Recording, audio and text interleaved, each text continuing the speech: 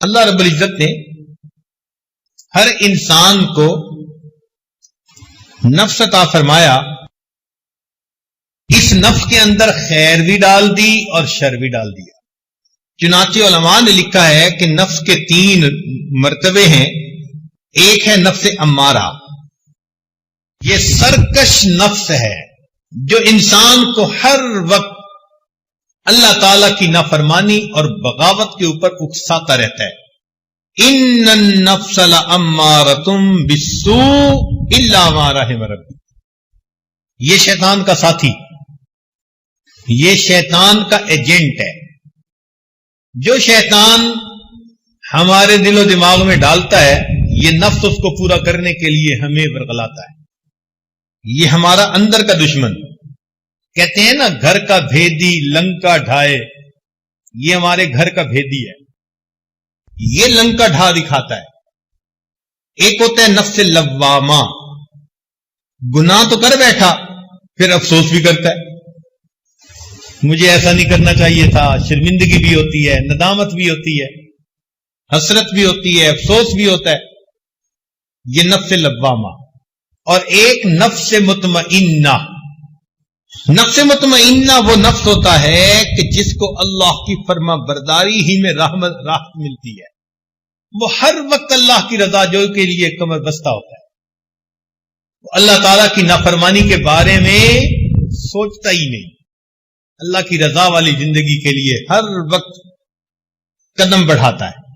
اس کو نفس مطمئنہ کہا جاتا ہے۔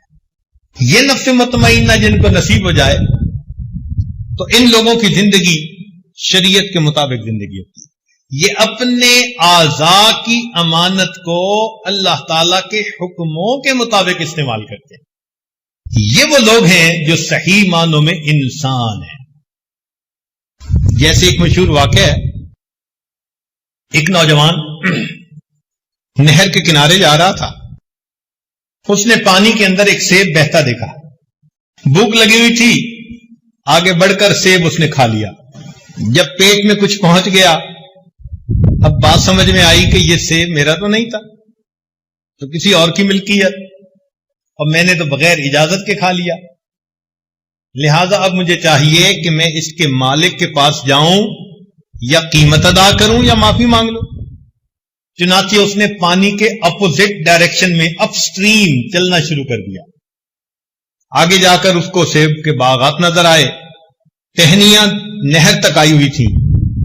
اس نے سوچ لیا کہ یہاں سے سیب گرا اور میں نے کھایا۔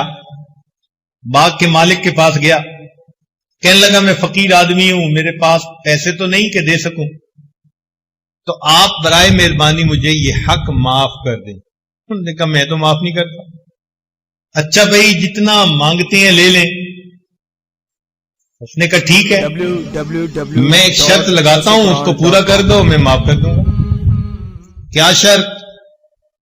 میری ایک بیٹی ہے، آنکھوں سے اندھی، کانوں سے بہری، زبان سے گنگی، ہاتھ پاؤں سے لنگڑی لولی، یوں سمجھو زندہ لاش ہے، اس سے نکاح کرو اور اس کے ساتھ زندگی گزارو۔